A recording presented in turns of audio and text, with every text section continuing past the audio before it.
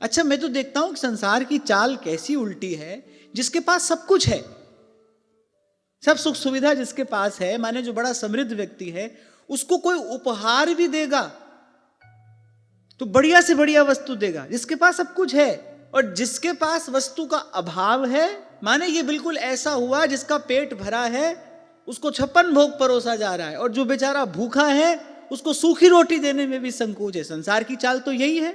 आदमी का स्टेटस देख के आप उसके लिए गिफ्ट खरीदते हो ना। अरे उसके पास तो सब कुछ है ही।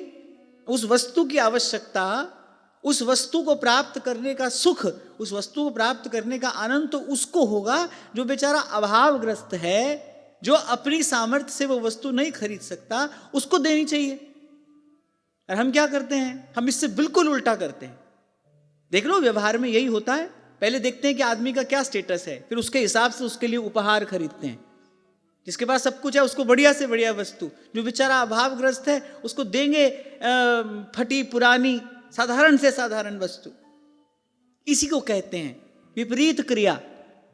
इसी के लिए ब्रह्मा जी ने प्रार्थना की, हे दीन दयाल दया करिए, मति मोरी विभेद करी हरिए, जिहि ते विपरीत क्रिया करिए।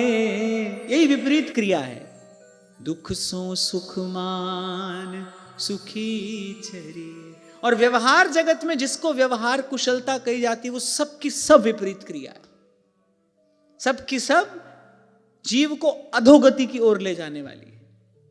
जितनी क्रिया होती है सब विपरीत क्रिया है, क्योंकि धर्म से विपरीत आचरण है ना। धर्म तो कह रहा है समदर्शी होकर व्यवहार करिए।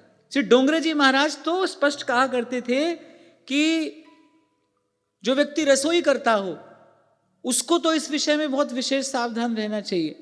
देखा जाता है ना, बढ़िया बढ़िया वस्तु जो हुई वो निकाल कर अपने लिए रख ली, और जो साधारण है, बासी है, चलो ये किसी को लेने देने के काम में आ जाएगी। डोंगरे जी महाराज कहते थे अधोगति होती है ऐसे ऐसे मनुष्य की। व्यास जी के जीवन की घटना है। व्यास जी की पत्नी पंगत हो रही थी। अब व्यास जी के यहां तो साधु सेवा का ही नियम है। भक्त इष्ट अति व्यास के, साधु संति व्यास जी के इष्ट हैं। अब उनके यहां पंगत हो रही थी। व्यास जी की पत्नी जो थी खीर परोस रही थी। अच्छा, उन्होंने जानबूझकर कुछ नहीं किया। स्वाभाविक ही क्या हुआ कि वो जो खीर के ऊपर कुछ मलाई रहती है वो व्यास जी के दोना में पड़ गई, और पीछे की जो खीर थी वो पास बैठे किसी साधु के दोना में पड़ गई। व्यास जी ने उसी समय कहा, बिनती सुनिए वैष्णव दासी। व्यास जी का पद है। व्यास जी ने उसी समय उनको साधु सेवा से निष्कासित कर दिया। आप साधु सेवा के योग्य नहीं हो, मुझे बढ़िया खीर खिला रही हो।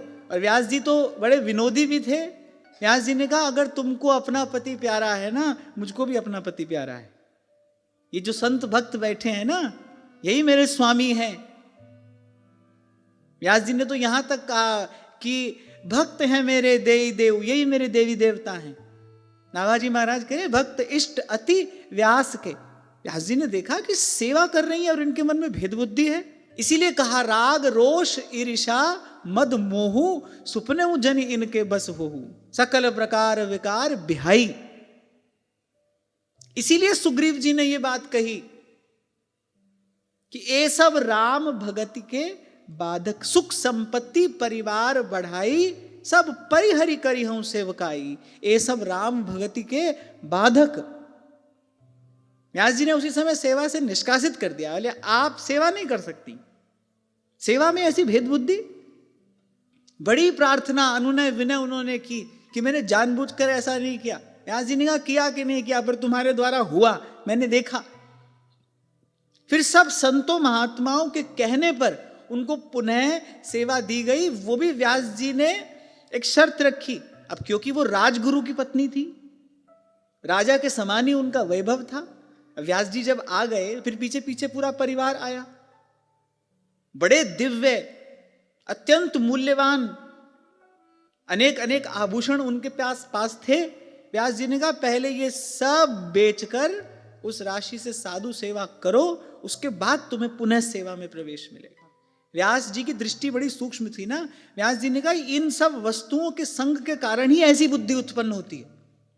जब तक जीवन सात्विक नहीं होगा, कल यही बात आपको निवेदन कर रहा था, जब तक जीवन सात्विक नहीं होगा, जब तक जीवन पवित्र नहीं होगा, ये सब बातें कहने सुनने में ही रहेंगी। जब तक जीवन सदाचार संपन्न नहीं होगा,